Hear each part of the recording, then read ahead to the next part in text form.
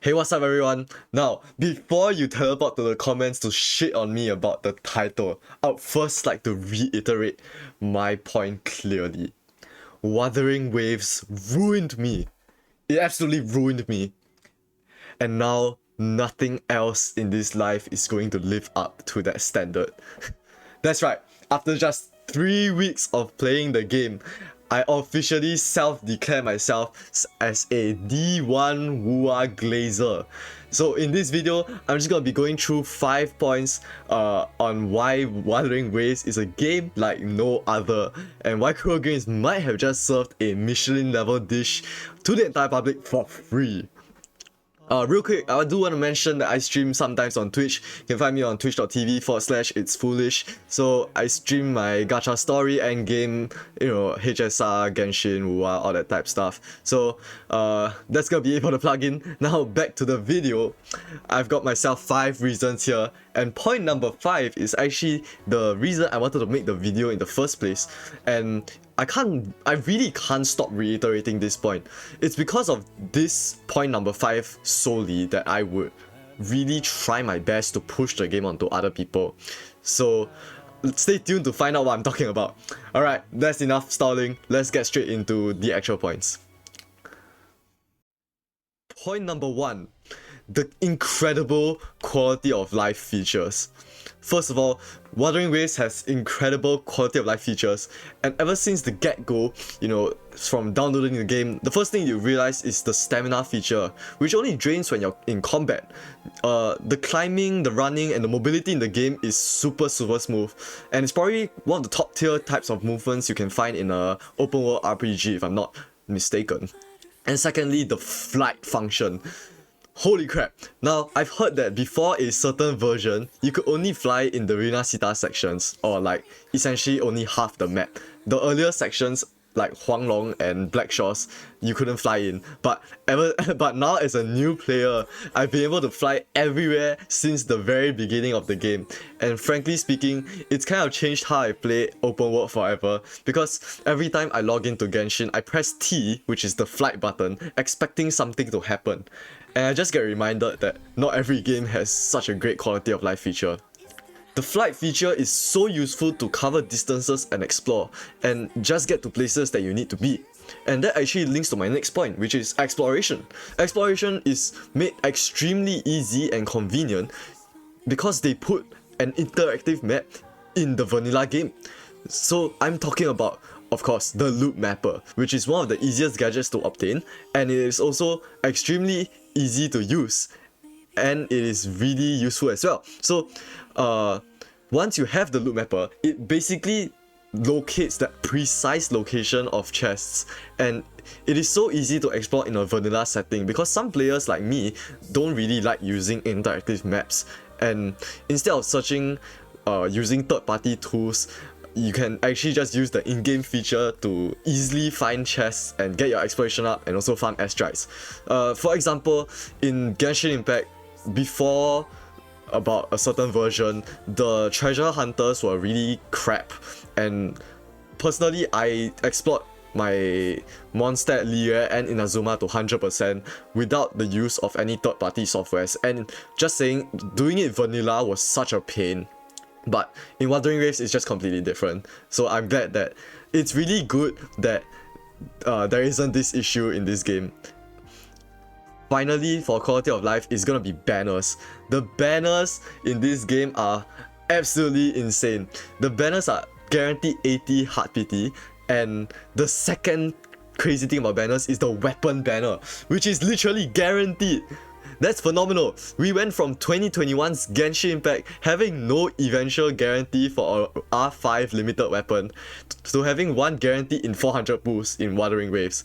Some may know the viral Tectone clip where he spent $1 billion trying to get R5 Staff of Homa but got 1 million Wolf's Gravestone instead because there was no guarantee system at all. Even now, it's still a 50-50 in Genshin, and even in Star Rail, it's a 75-25. But Wuthering Waves makes it completely worth it to pull for signature weapons because it's 100% guarantee. And another thing about banners is, perhaps this is subjective, but it seems like the luck seems to be better in Wuthering Waves the amount of times I've seen people post about double 5 stars, early 5 stars, winning 50-50s so frequently is crazy. And personally, I've also gotten it myself, with my only limited 5-star being Jinxi at 45 pity. So maybe that's something that exists, I don't know, you can try your luck, I guess. And finally, the weapon standard banner literally allows you to pick which weapon you want, which is so good.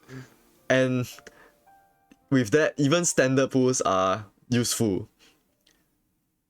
Now, moving on to the second chapter is the combat. The combat in Wuthering Waves is so addicting. It is really, really addicting. You might notice the B-roll that's playing is my futile attempts of trying to beat up the Fleur-de-Lis hologram, which is over level, by the way. But anyways, the combat is super fun and interactive. Ever since the first fight with the Crownless, we got exposed to the dodge counters, the parrying. It's all super satisfying, and it actually takes skill to learn. And with this high skill cap required, it also gets really difficult to become bored. That's why when it comes to Genshin or Star Rail, it's more strategizing, and you need to learn the enemy's skill sets or attack patterns and utilize whatever you have. That's how you beat endgame, and it's quite limited to your setup. For example, in Genshin and Star Rail, it is highly dependent on your team composition.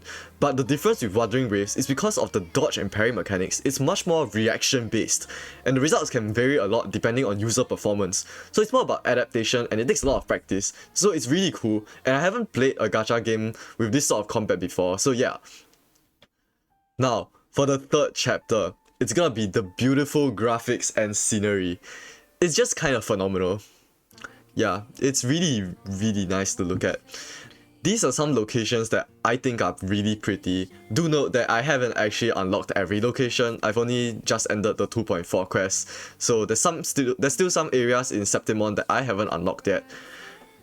And not to mention, there's also this really cool global filters thing, which you can basically change the way that your game appears, so that's really cool as well for those who want personal optimization. It's just really, really nice, and the vibes are really sweet.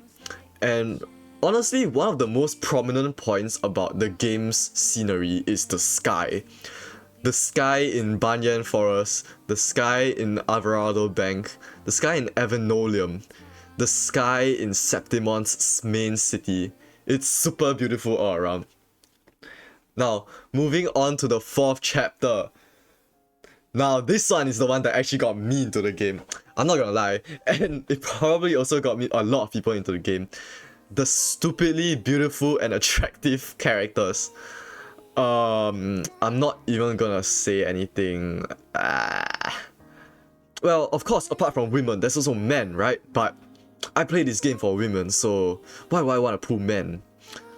Anyways, additionally, to add on to that, the state of the game right now seems to be pretty healthy, because this is one of those games where I would say you could honestly just pull whoever you want and screw the meta completely, because every character seems to be somewhat viable, unlike a certain game. Now, on to the final chapter, the entire reason I wanted to make this video, and this will be my entire pushing point to try and get others to play. Just for context, I uploaded a post to Reddit just the other day. I'm a user with 150 karma before this, by the way, but after this post, I instantly shot up to 500, which is crazy levels of unexpected interaction. I just complimented the game so heavily, and it seems to have gotten a really positive response, so it's the thing that also kind of pushed me to make this video. So, enough yapping, here's point number 5. The story and the music. So, real quick, I want to point out the soundtracks that have been playing.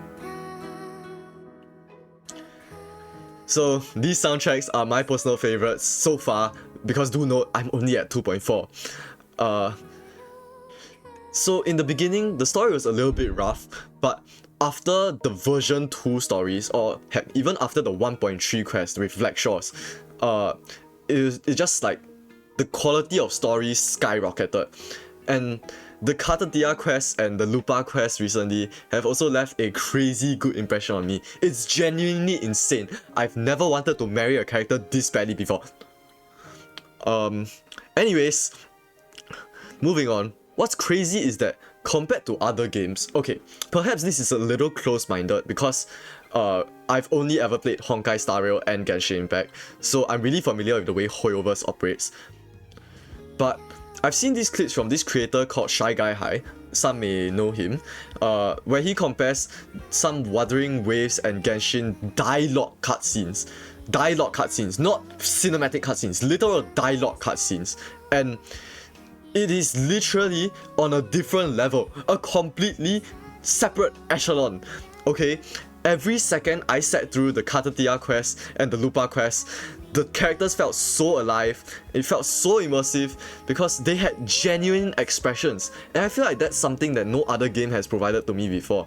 So for those who may be used to playing Star Rail or Genshin Impact, the expressions have only recently gotten improved, but before that, it's so bland and there's absolutely no substance to the characters at all in the dialogues. But Wuthering Waves is genuinely night and day between the games. So Kuro is fully utilizing their character models, and they're just really experimenting with their environment, which other games aren't really doing. You feel like you're actually playing the story, not reading a script, and it's really one of the most engaging story experiences I've ever had in my 5 years of playing gacha games. Now, linking this back to music, which I wanted to talk about as well. Music is genuinely a huge factor as to why I would push this game onto other people. I'm a huge fan of vocal OSTs, and half of the songs I've learned on guitar are literally vocal OSTs from multitudes of games, and I'm hoping to learn some Wuthering Waves stuff as well. The music from Wuwa brings a different type of condolences, especially when you're able to connect it to the story. Personally, I believe music makes memories, and pairing it with high quality cutscenes and dialogues adds completely new meanings to songs, which allows players to relive their game experiences simply by listening to the music. Also, the soundtracks generally just sound really good, so if you're a fan of being emotionally connected through music, Wuwa is a good example of that. Maybe it's worth a shot. The crazy thing now is I have heard a lot, I really heard a lot about the story, and the story apparently gets even better in the subsequent quests. So I have no idea how badly my expectations will be completely shattered in a good way, and perhaps after the 2.5, 6 and 7 quests, you'll see me again to come back and glaze Wuthering Waves one more time. So to sum it all up, Wuwa is just too good. It's so good that it's ruined my perception of everything else, and nothing is comparable to it at the moment. So yeah, that's just gonna be it for the video. Thank you all so much for watching. If you enjoyed, do leave a like and subscribe, usual YouTube stuff. And if this video made you consider downloading Wuwa, cause I promise you, it is so worth the experience, do make sure to let me know in the comments down below. And yeah, thank you guys for watching. I'll see you guys after the next quest.